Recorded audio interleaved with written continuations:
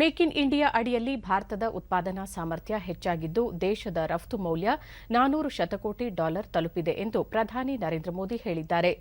ಆಕಾಶವಾಣಿಯ ಮನ್ ಕಿ ಬಾತ್ ಮಾಸಿಕ ಕಾರ್ಯಕ್ರಮದಲ್ಲಿಂದು ದೇಶ ವಿದೇಶಗಳ ಜನರೊಂದಿಗೆ ಮನದ ಮಾತು ಹಂಚಿಕೊಂಡ ಪ್ರಧಾನಿ ದೇಶದ ಪೂರೈಕೆಯ ಸರಪಳಿ ಸಶಕ್ತಗೊಳ್ಳುತ್ತಿದೆ ಎಂದರು. ಎಂಎಸ್ಎಂಇ ವಲಯ ದೇಶದ ಆರ್ಥಿಕತೆಯ ಶಕ್ತಿಯಾಗಿದ್ದು ನೇಕಾರಿಕೆ, ಕುಶಲಕರ್ಮಿಗಳು, ಇಂಜಿನಿಯರ್ಗಳು ಹಾಗೂ ಕೃಷಿಕರ ಪರಿಶ್ರಮದಿಂದ ಭಾರತ ರಫ್ತು ಮೌಲ್ಯದಲ್ಲಿ ದಾಖಲೆ ನಿರ್ಮಿಸಲು ಸಾಧ್ಯವಾಗಿದೆ ಎಂದು ತಿಳಿಸಿದರು. ಇಂದು ವಿದೇಶಗಳಲ್ಲಿ ಭಾರತೀಯ ಉತ್ಪನ್ನಗಳು ಹಿಂದೆಂದಿಗಿಂತಲೂ ಹೆಚ್ಚಾಗಿ ಮಾರಾಟವಾಗುತ್ತಿವೆ. ಸ್ಥಳೀಯ ಸರಕುಗಳನ್ನು ಜಾಗತಿಕಗೊಳಿಸುವ ಲೋಕಲ್ ಫಾರ್ ಗ್ಲೋಬಲ್ ಪರಿಕಲ್ಪನೆಯನ್ನು ಮತ್ತಷ್ಟು ಬಲಪಡಿಸೋಣ ಎಂದು ಪ್ರಧಾನಿ ಕರೆ ನೀಡಿದ್ದಾರೆ. ಸರ್ಕಾರದ ಇ ಮಾರುಕಟ್ಟೆ ಜಿಇಎಂ ವೇದಿಕೆಯಲ್ಲಿ ಕಳೆದ ವರ್ಷ $1 ಲಕ್ಷ ಕೋಟಿ ರೂಪಾಯಿಗಿಂತಲೂ ಹೆಚ್ಚಿನ ವಹಿವಾಟು ನಡೆದಿದ್ದು, ಇದರಲ್ಲಿ ಎಂಎಸ್ಎಂಇ ವಲಯದ ಪಾಲು ಹೆಚ್ಚಾಗಿದೆ.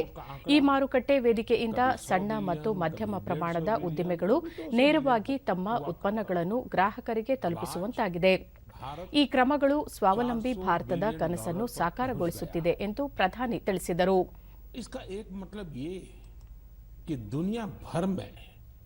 भारत में बनी चीजों की डिमांड बढ़ रही है। दूसरा मतलब ये कि भारत की सप्लाई चेन दिनों दिन और मजबूत हो रही है और इसका एक बहुत बड़ा संदेश भी है। देश विराट कदम तब उठाता है जब सपनों से बड़े संकल्प होते हैं। आइए लोकल को ग्लोबल बनाएं और हमारे उत्पादों की प्रतिष्ठा को और बढ़ाएं। आज हमारे लघु उद्यमी सरकारी खरीद में गवर्नमेंट ई मार्केट प्लेस यानी जेम के माध्यम से बड़ी भागीदारी निभा रहे हैं। टेक्नोलॉजी के माध्यम से बहुत ही ट्रांसपेरेंट व्यवस्था विकसित की गई है। पिछले 1 साल में जेम पोर्टल के जरिए सरकार ने 1 लाख करोड़ रुपए से ज्यादा की चीजें खरीदी हैं। देश के कोने कोने से करीब 1.25 लाख लघु उद्यमियों, छोटे दुकानदारों ने अपना सामान सरकार को सीधे बेचा है। हाल ही में हुए पद्म सम्मान समारोह में आपने बाबा शिवानंद जी को जरूर देखा होगा। ಇತ್ತೀಚೆಗೆ ಪದ್ಮ ಪುರಸ್ಕಾರ ಪ್ರದಾನ ಸಮಾರಂಭದಲ್ಲಿ ಸ್ವಾಮಿ ಶಿವಾನಂದ ಅವರು ನಂದಿ ಮುದ್ರೆಯಲ್ಲಿ ನಮಸ್ಕರಿಸಿದ್ದನ್ನು ಉಲ್ಲೇಖಿಸಿದ ಪ್ರಧಾನಿ, 126 ವರ್ಷ ವಯಸ್ಸಿನಲ್ಲೂ ಸ್ವಾಮಿ ಶಿವಾನಂದ ಅವರು ದೇಹದಾಢ್ಯತೆ ಚರ್ಚೆಯ ವಿಷಯವಾಗಿದೆ. ಯೋಗದಿಂದ ಆರೋಗ್ಯವಂತ ಜೀವನ ನಡೆಸಬಹುದು ಎಂಬುದಕ್ಕೆ ಸ್ವಾಮಿ ಶಿವಾನಂದ ಅವರು ಮಾದರಿಯಾಗಿದ್ದಾರೆ ಎಂದು ಪ್ರಧಾನಿ ತಿಳಿಸಿದರು. 126 वर्ष की आयु और बाबा शिवानंद की फिटनेस दोनों आज देश में चर्चा का विषय है। मैंने सोशल मीडिया पर कई लोगों का कमेंट देखा कि बाबा शिवानंद अपनी उम्र से 4 गुना कम आयु से भी ज्यादा फिट है। वाकई बाबा शिवानंद का जीवन हम सभी को प्रेरित करने वाला है। मैं उनकी दीर्घ आयु की कामना करता हूं। हम 7 अप्रैल को ವಿಶ್ವ ಸ್ವಾಸ್ಥ್ಯ ದಿವಸ ಏಪ್ರಿಲ್ 7ರಂದು ವಿಶ್ವ ಆರೋಗ್ಯ ದಿನ ಆಚರಿಸುತ್ತಿದ್ದು, ಜಗತ್ತಿನೆಲ್ಲೆಡೆ ಯೋಗ ಮತ್ತು ಆಯುರ್ವೇದ ಪದ್ಧತಿಯೆಡೆಗೆ ಆಸಕ್ತಿ ಹೆಚ್ಚುತ್ತಿದೆ.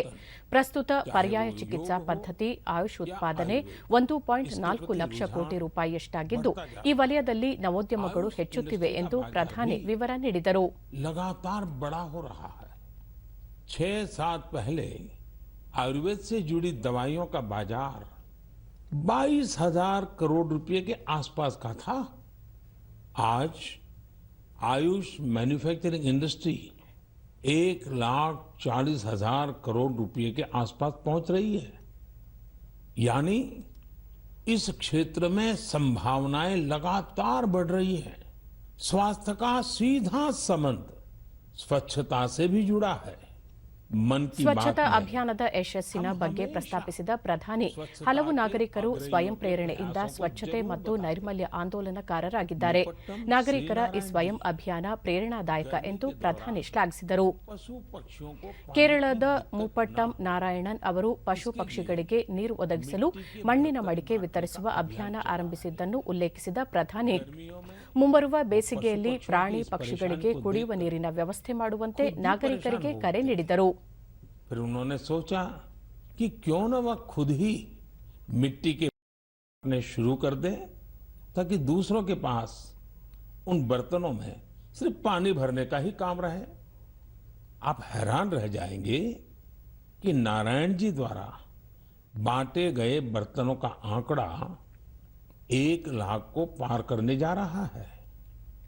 अपने अभियान में 1 लाखवां बर्तन वो गांधी जी द्वारा स्थापित साबरमती आश्रम में दान करेंगे। आज जब गर्मी के मौसम ने दस्तक दे दी है, तो नारायण जी का यह काम हम सबको जरूर प्रेरित करेगा और हम भी इस गर्मी में हमारे पशु पक्षी मित्रों के लिए पानी की व्यवस्था करेंगे। पानी की रिसाइक्लिंग पर भी ಜಲಮೂಲಗಳ ಸಂರಕ್ಷಣೆಯ ಮಹತ್ವ ವಿವರಿಸಿದ ಪ್ರಧಾನಿ ನೀರಿನ ಮಿತ ಬಳಕೆ ಮತ್ತು ಸಂರಕ್ಷಣೆಗಾಗಿ ಮಕ್ಕಳನ್ನು ಜಲಯೋಧರನ್ನಾಗಿ ಈ ಅಭಿಯಾನದಲ್ಲಿ ಬಳಕೆ ಮಾಡಿಕೊಳ್ಳುವಂತೆ ಅವರು ಕರೆ ನೀಡಿದರು. ದೇಶದ ವಿವಿಧ ಭಾಗಗಳಲ್ಲಿ ನಾಗರಿಕರು ಕೆರೆ, ಬಾವಿ, ಕಲ್ಯಾಣಿ ಮುಂತಾದ ಪಾರಂಪರಿಕ ಜಲಮೂಲಗಳ ಪುನರುಜ್ಜೀವನ ಮತ್ತು ಸಂರಕ್ಷಣಾ ಕಾರ್ಯದಲ್ಲಿ ತೊಡಗಿರುವುದನ್ನು ಶ್ಲಾಘಿಸಿದ ಪ್ರಧಾನಿ ಅಂತರ್ಜಲ ಹೆಚ್ಚಳ ಮತ್ತು ಪರಿಸರ ರಕ್ಷಣೆಯಲ್ಲಿ ಈ ಕಾರ್ಯ ಮಹತ್ವದ್ದು ಎಂದು ತಿಳಿಸಿದರು. बिन पानी सब सुन और पानी बचाने के इस काम में मुझे बच्चों से बहुत उम्मीद है। स्वच्छता को जैसे हमारे बच्चों ने आंदोलन बनाया, वैसे ही वो वाटर वॉरियर बनकर पानी बचाने में मदद कर सकते हैं। अप्रैल के महीने में हम 2 महान विभूतियों ಏಪ್ರಿಲ್ 11 ಮತ್ತು 14ರಂದು ಕ್ರಮವಾಗಿ ಮಹಾತ್ಮ ಜ್ಯೋತಿಬಾ ಫುಲೆ ಹಾಗೂ ಡಾಕ್ಟರ್ ಬಿಆರ್ ಅಂಬೇಡ್ಕರ್ ಜಯಂತಿ ಆಚರಿಸುವುದನ್ನು ಉಲ್ಲೇಖಿಸಿದ ಪ್ರಧಾನಿ ಈ ಇಬ್ಬರು ಮಹನೀಯರು ಸಮಾಜ ಸುಧಾರಣೆ ಮತ್ತು ಮಹಿಳಾ ಸಬಲೀಕರಣ ಕ್ಷೇತ್ರದಲ್ಲಿ ನೀಡಿದ ಕೊಡುಗೆಯನ್ನು ಪ್ರಧಾನಿ ಸ್ಮರಿಸಿದರು. ಡಾಕ್ಟರ್ ಬಿಆರ್ ಅಂಬೇಡ್ಕರ್ ಅವರ ಬದುಕಿಗೆ ಸಂಬಂಧಿಸಿದ 5 ಕ್ಷೇತ್ರಗಳ ಸಮಗ್ರ ಅಭಿವೃದ್ಧಿ ಕಾರ್ಯ ಆರಂಭಗೊಂಡಿದೆ ಎಂದ ಪ್ರಧಾನಿ ಅಂಬೇಡ್ಕರ್ ಅವರ ಜನ್ಮಸ್ಥಳ ಮಹು, ಮುಂಬೈನಲ್ಲಿರುವ ಚೈತ್ಯಭೂಮಿ, ನಾಗ್ಪುರದ ದೀಕ್ಷಾ ಸ್ಥಳ, ದೆಹಲಿಯಲ್ಲಿರುವ ಪರಿನಿರ್ವಾಣ ಇವುಗಳಿಗೆ ಭೇಟಿ ನೀಡುವಂತೆ ನಾಗರಿಕರನ್ನು ಕೋರಿದರು. कन्या शिशु हत्या के खिलाफ आवाज उठाई। उन्होंने जल संकट से मुक्ति दिलाने के लिए भी बड़े अभियान चलाए। महात्मा फुले की इस चर्चा में सावित्रीबाई फुले जी का भी उल्लेख उतना ही जरूरी है। सावित्रीबाई फुले ने कई सामाजिक संस्थाओं के निर्माण में बड़ी भूमिका निभाई। एक शिक्षिका और एक समाज सुधारक के रूप में उन्होंने समाज को जागरूक भी किया और उसका हौसला भी बढ़ाया। मुझे सभी जगहों पर, सभी तीर्थों पर जाने का सौभाग्य मिला है।